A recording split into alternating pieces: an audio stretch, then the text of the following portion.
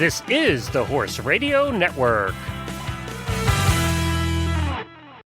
This is episode 16 of the Dressage Radio Show on the Horse Radio Network, presented by Equestrian Life. Exclusive coverage of the world of dressage. We would like to thank our sponsors, Equestrian Life. They can be found at equestrianlife.com, and Kentucky Performance Products. They're online at kppusa.com.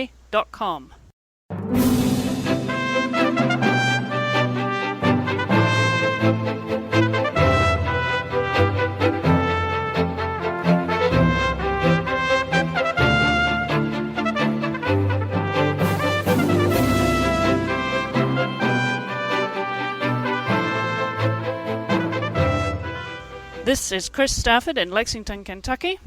And I'm Samantha Clark, and you're listening to the Dressage Radio Show presented by Equestrian Life. Well, hi, Sam. Thank you so much for standing in for us. You know, for standing in for Heather. You know, she got back from her clinic tour earlier this week. And today, apparently, her house is without electricity and therefore without the internet. And my scheduling doesn't allow for me to do this any other day but today. So we're really glad that you're able to jump into her chair. Thank you so much. You are very welcome. I'm happy to do it. Well, we should explain that if you don't listen to the 2010 radio show, that Samantha Clark is the co-host with Glenn on that show every week. That's all about the World Equestrian Games coming up here in Kentucky next year. So Sam's been co-hosting that, and you have fun with that show too, don't you, Sam? We do. We have a great time. I'm learning all sorts of things about all sorts of disciplines I knew nothing about. So that's good. And I do get to do a little bit of dressage, but I'm happy to stand in and learn a little bit more about it today. Well, terrific. Well, you've joined us on a very good show because this week we have an exclusive interview with Edward Gall, and I don't think there's anybody interested in dressage or the horse world that hasn't watched Morlan's Tortillas and at the Windsor European Championships a couple of weeks ago with their record winning performance. Did you see that, Sam? So amazing, so amazing. And what a backdrop too against Windsor Castle. So I'm very excited to hear that interview. Yeah, it really was a wonderful interview. We got a chance to catch up with him right after Windsor before he took off on a little bit of a holiday. So that's really our highlight of our show this week. But we do have some news to attend to first, and quite a bit of news, Sam, in the world of dressage. And our first item of news actually comes out of the FEI's tribunal that they held recently and came up with a verdict on the doping case of Isabel Worth's Whisper. You remember he tested positive back at Wiesbaden in May of this year, and that conclusion is that Isabel is under a 6-month suspension from all competitions, and that suspension began in late June and will run to the end of this year, December 22nd. But you'll remember that Isabel is actually pregnant, expecting her first baby in November. So I think she'll be a tad distracted anyway, won't she, Sam? She probably will. I think that'll be quite a relief for her. A good excuse. Yes, absolutely. If you're going to be sidelined, at least make good use of the time. That's right.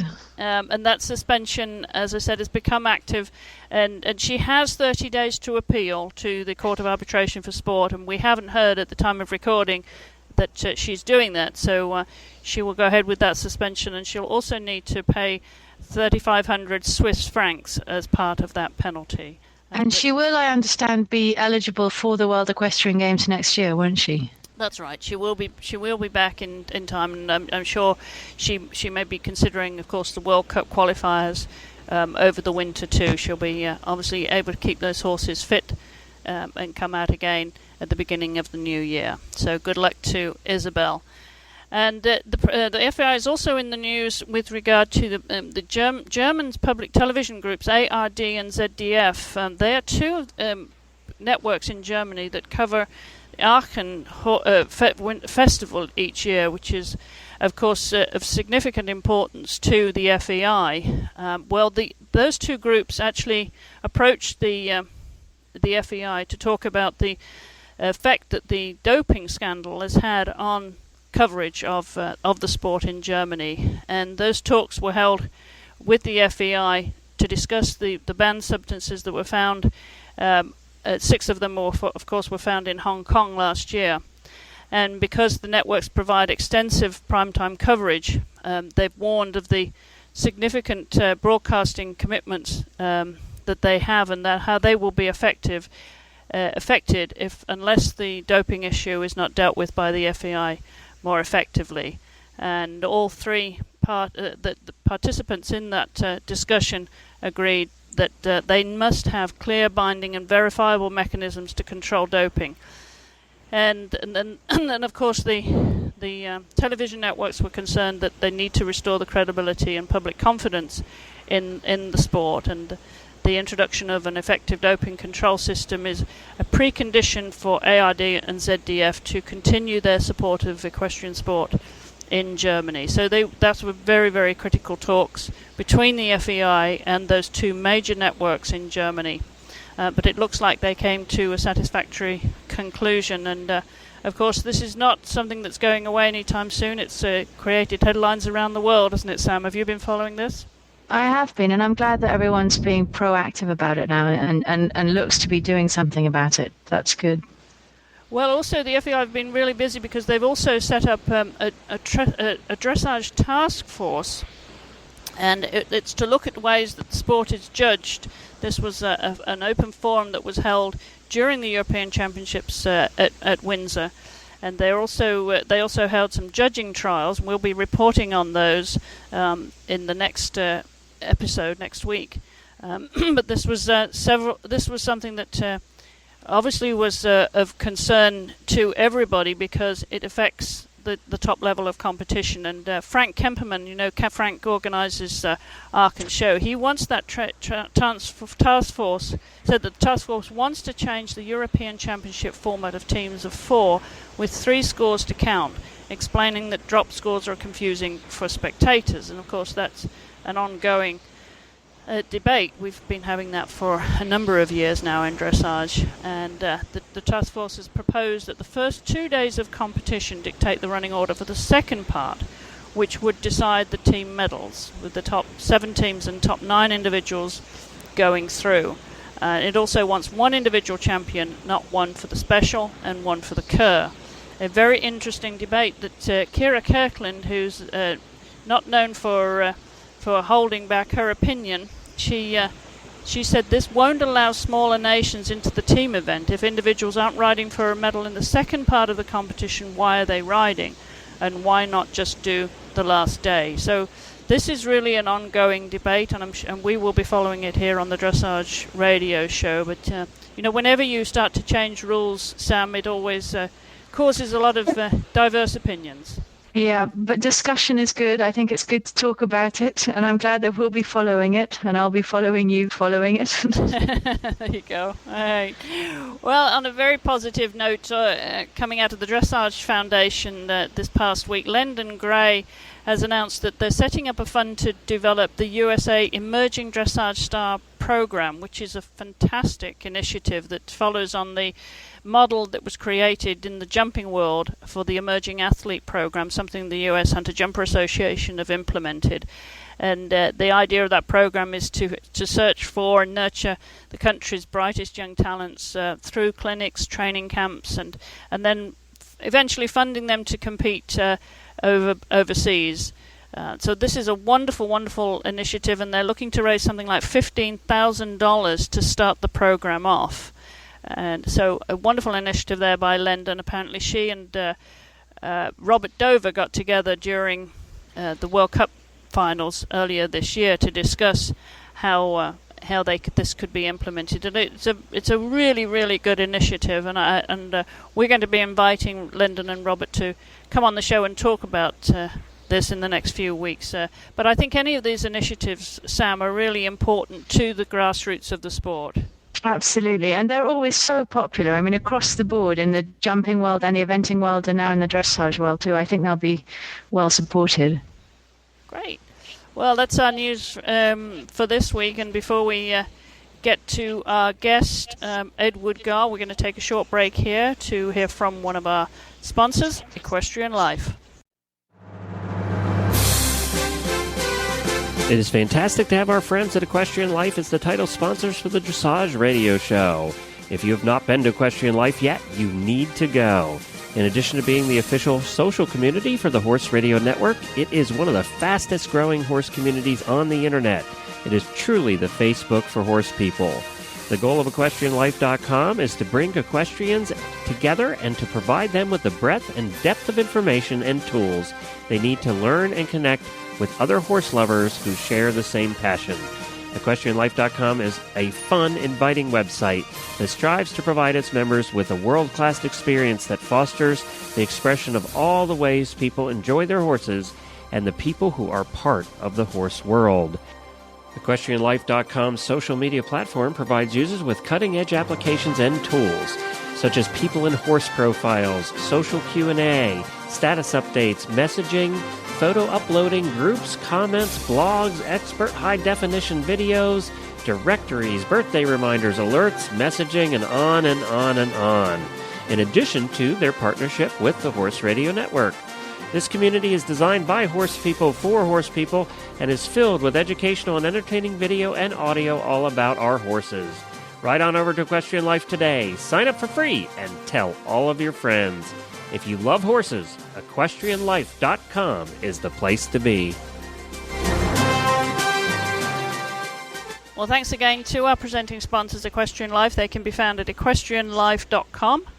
And we're coming now to our guest, our only guest on the show this week, and that is Edward Gaal, the Dutch rider who broke all records with Moorlands Tortillus when he competed both at Hickstead CDIO earlier this year and then at the Windsor European Championships with that amazing 90.47 score. It really was absolutely outstanding performance. It's been all over the internet, courtesy of YouTube.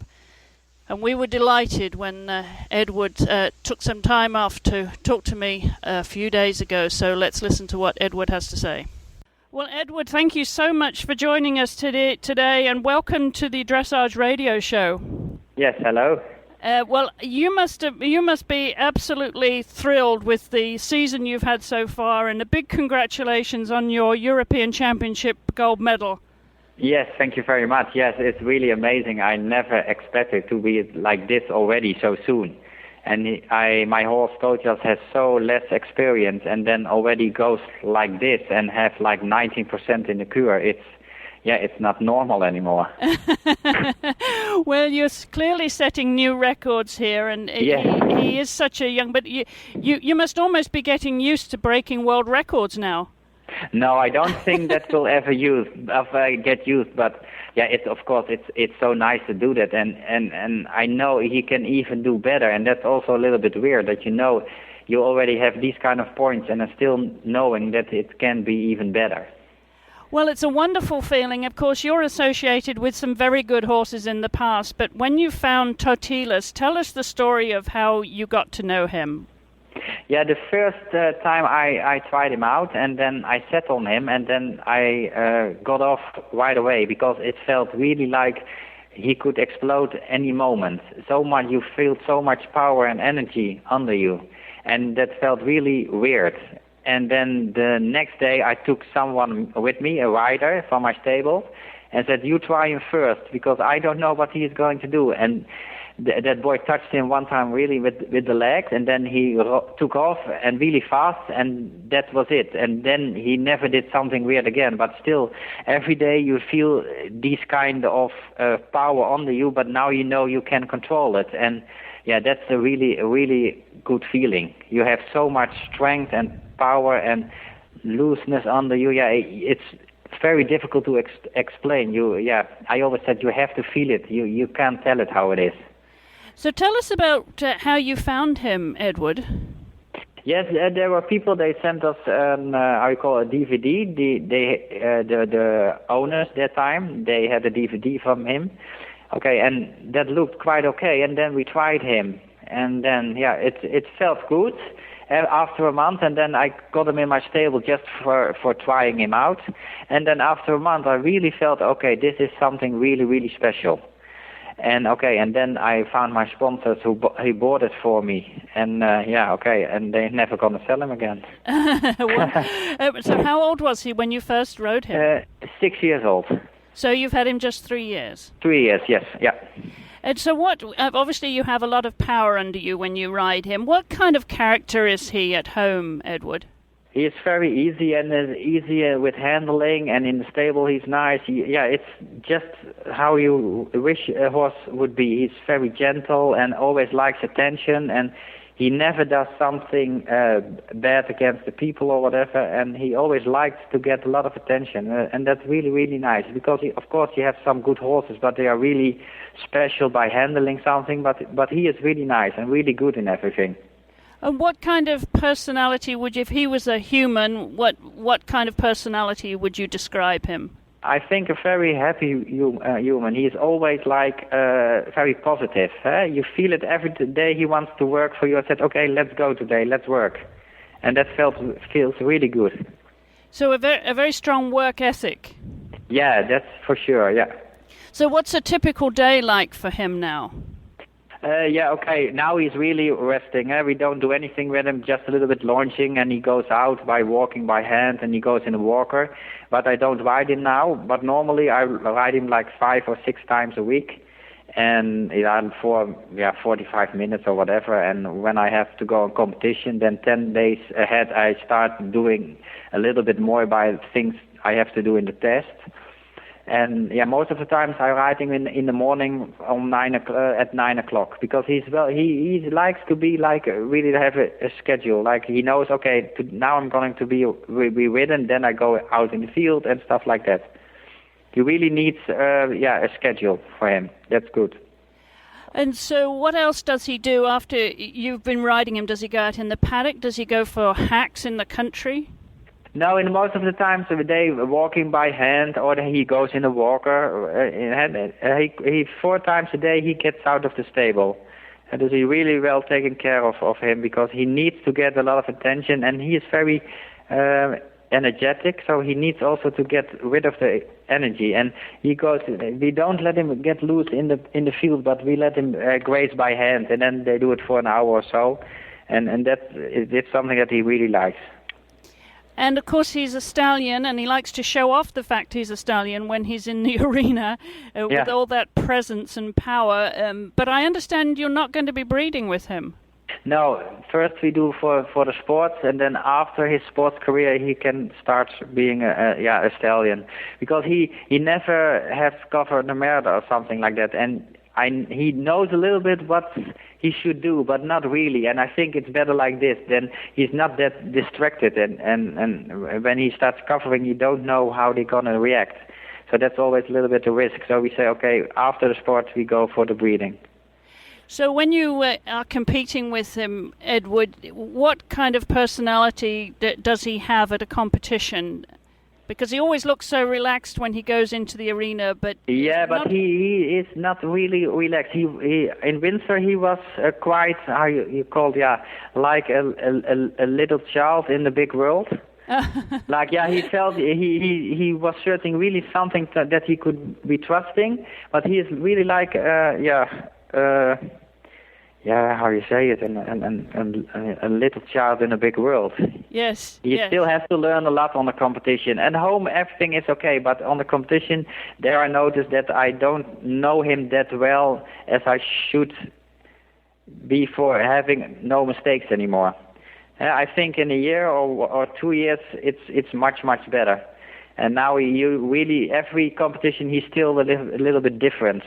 So I don't know exactly what I can expect from him on a competition yet. But okay, it still is very good what he shows, but he is quite different at home. And I think when he goes more on the competition, that will be much better.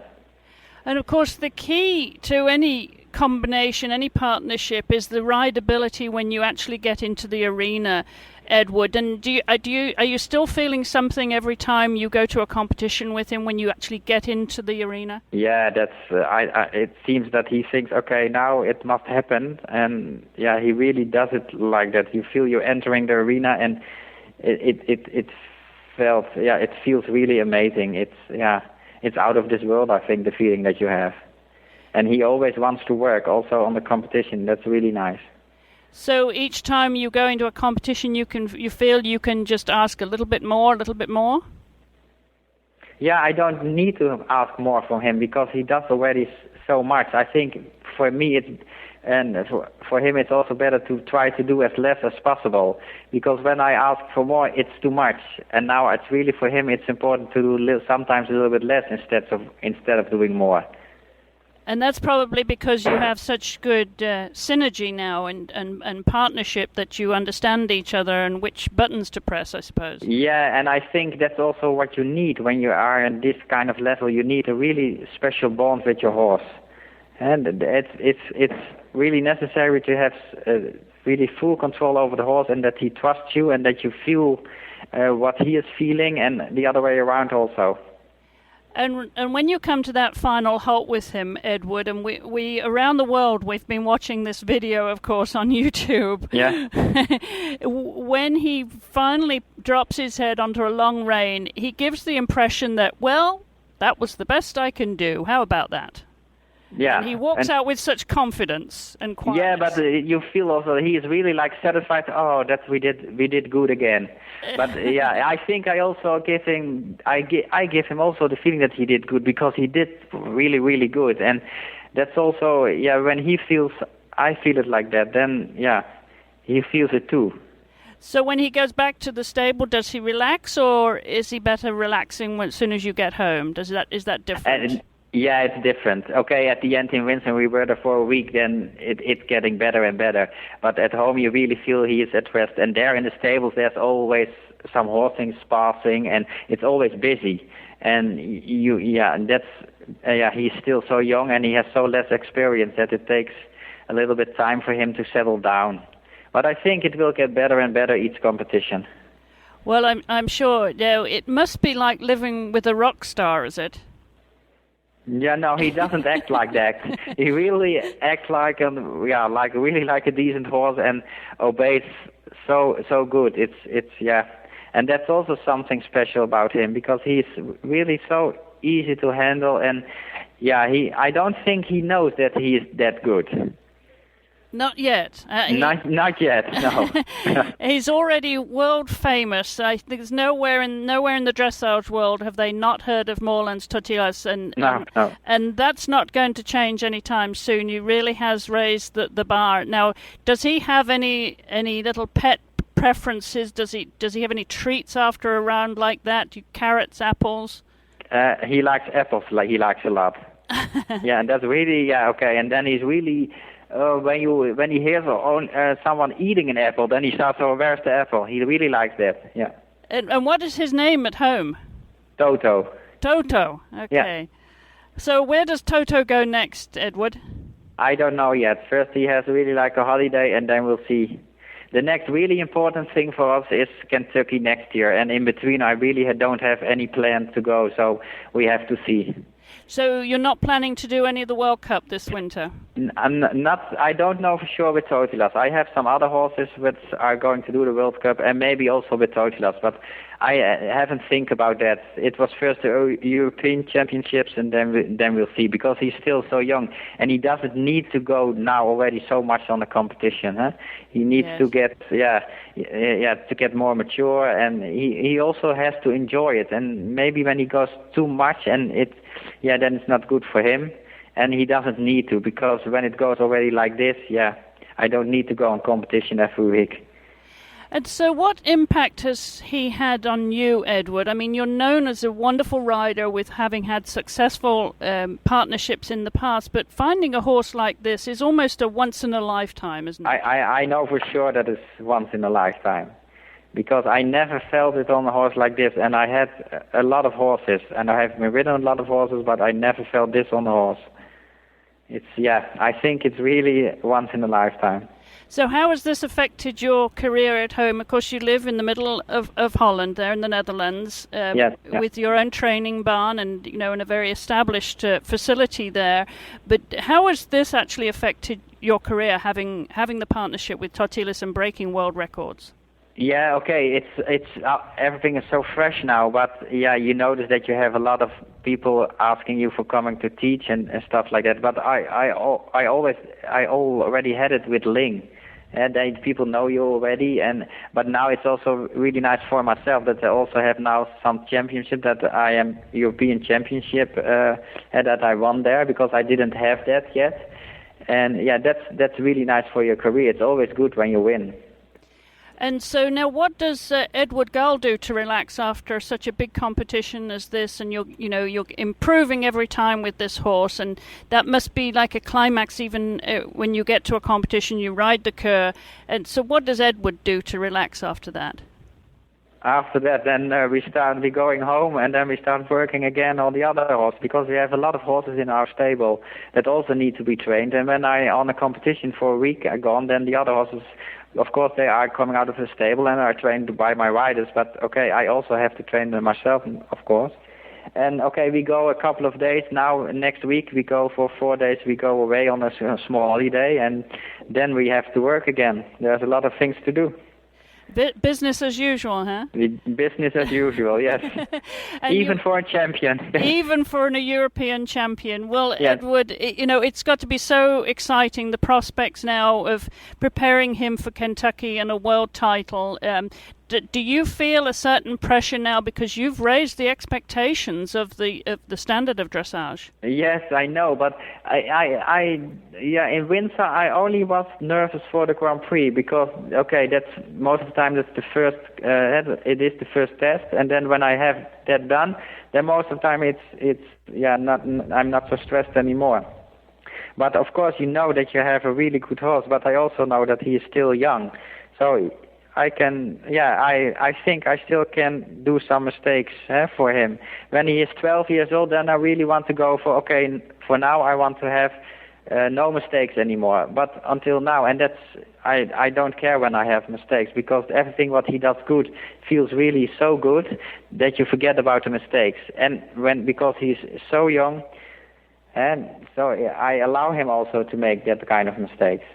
Right. And then it's also easier for myself to think, okay, you don't have to do it now. It can also wait 2 or 3 years.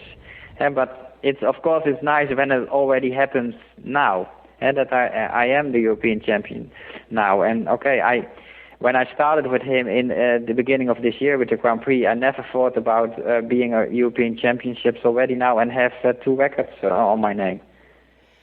Well, what you've done, and the world has seen you now performing at this level, Edward, with this horse. It's been wonderful for the sport of dressage, and I'm sure you can appreciate that with the problems that the sport has been going through in recent times. Mm-hmm. For everyone to be supporting you in the way that they have, and for everyone to be in agreement that this really was the best test, and the winner was, the judges in agreement, the trainers, the public, the different nations too in agreement, that this is so good for the sport of dressage as a whole, Edward. Yeah, that's for sure. And you also now, we get emails from people who have nothing with horses. They just saw it on the TV and are so impressed that they say, okay, I know what a horse is, but I never saw such a thing like that. And that's really nice. And also the jumping riders are really, a lot of jumping riders came especially to the Cure on Saturday evening to watch me riding with Totilas. And also Nelson Pessoa came, and he was so impressed. He said, I never seen such a horse. And that's really nice that also the jumpers are so impressed by it. And also people who have nothing with horses are so impressed. And that's really nice. I think that never has happened like this. No, I think you're absolutely right. I think to extend, the reach of dressage, and because of one horse being just so wonderful, it's so great for not only the sport but for the horse world in general. And that's wonderful that Neko would come across and he always appreciates a good horse, but as you say, to get that kind of support from the other disciplines just reinforces what you're doing. Yes, that's right. It's really, really, really nice. Well, we want to congratulate you again, Edward. We really enjoy talking to you today. It's been a privilege, and the very best of luck with Totilas. Of course, we're here in Lexington, Kentucky, waiting for the world to come here, but there's one horse that we'll be having our eyes very clearly set on, and that's Totilas when you come here for the World Yes. Equestrian Games. So the very best of luck in your preparation, and we very much look forward to speaking to you when you get to Kentucky. Okay, thank you very much. Well, if you're a regular listener to the show, you know we talk a lot about Kentucky Performance Products, and that's because they are a name you can trust to give you the most value for your supplement money. Kentucky Performance Products offers supplements designed to target specific problems and are made with high-quality ingredients included at effective levels. The company's supplements are intended to complement, not compete, with your dressage horse's current feeding program, guarding against over-supplementation, and each product is backed by sound research and a money-back satisfaction guarantee. And today we'd like to talk to you about Nalox, the original equine antacid. It's recommended by veterinarians and leading horsemen as a way of maintaining a healthy stomach, which reduces the risk of ulcers. Nalox can be given daily to horses exposed to stressful conditions or as needed when shipping, competing, or during stall confinement. You know, you can learn about Nalox and all the products at Kentucky Performance Products at kppusa.com. That's Kentucky Performance Products at kppusa.com.